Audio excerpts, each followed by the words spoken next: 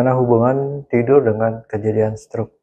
Gangguan tidur itu dihubungkan dengan kejadian dari stroke. Memang yang lebih sering terjadi yaitu kejadiannya pada malam hari dan seringnya diketahui pada pagi hari. Dan kejadiannya itu lebih besar memang mulai dari jam 6 sampai jam 12 siang. Pada fase-fase pada saat kita tidur, ada beberapa fase. Fase pertama mulai dari kita terjaga, dari mulai kita sadar, kemudian kita masuk fase kedua, fase ketiga, keempat, kemudian rapid eye movement, fase yang sering disebut fase pada saat kita bermimpi, dan setelah itu kita mulai terbangun. Nah, fase-fase ini memang setiap orang berbeda ya. Yang orang yang lebih muda biasanya dengan rapid eye movement-nya akan lebih banyak. Fase REM-nya itu akan lebih banyak daripada yang lebih tua.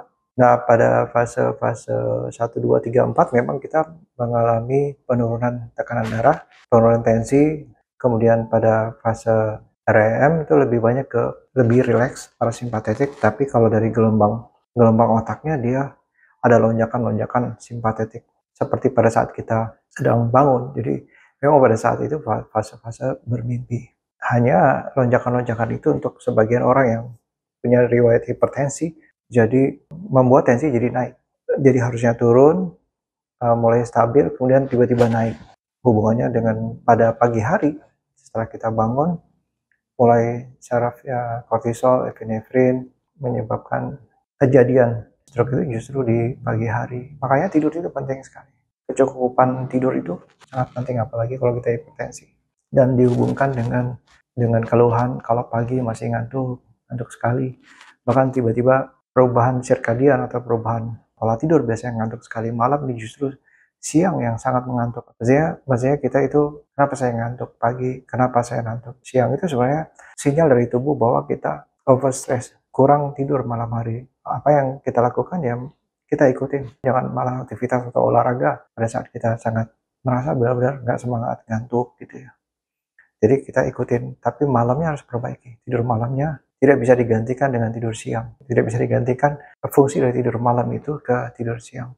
Kalau itu jadi suatu kebiasaan, misalnya kita tidur siang, justru malam kerja, nggak masalah juga. Itu tidak ada masalahnya, karena memang sirkadiannya memang diubah siang pada saat kita tidur, malam memang buat kerja. Kalau itu nggak jadi masalah, tapi sirkadiannya harus seimbang antara tidur dan pada saat bekerja. Dan kejadian selain juga pada saat kita terbangun, memicu sistem dari pengecilan pembuluh darah dan pompa jantung yang semakin meningkat, tetapi juga ada hubungan dengan pembekuan darah. Jadi pembekuan darah ini juga meningkat pada saat kita bangun, yang memperbesar risiko yaitu peningkatan laju endap darah atau LAD.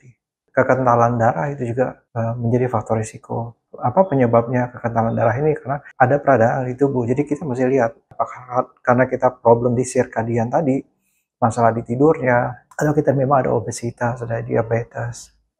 Buat yang hipertensi harus benar-benar memprioritaskan atau memperhatikan kuantitas dan kualitas tidurnya.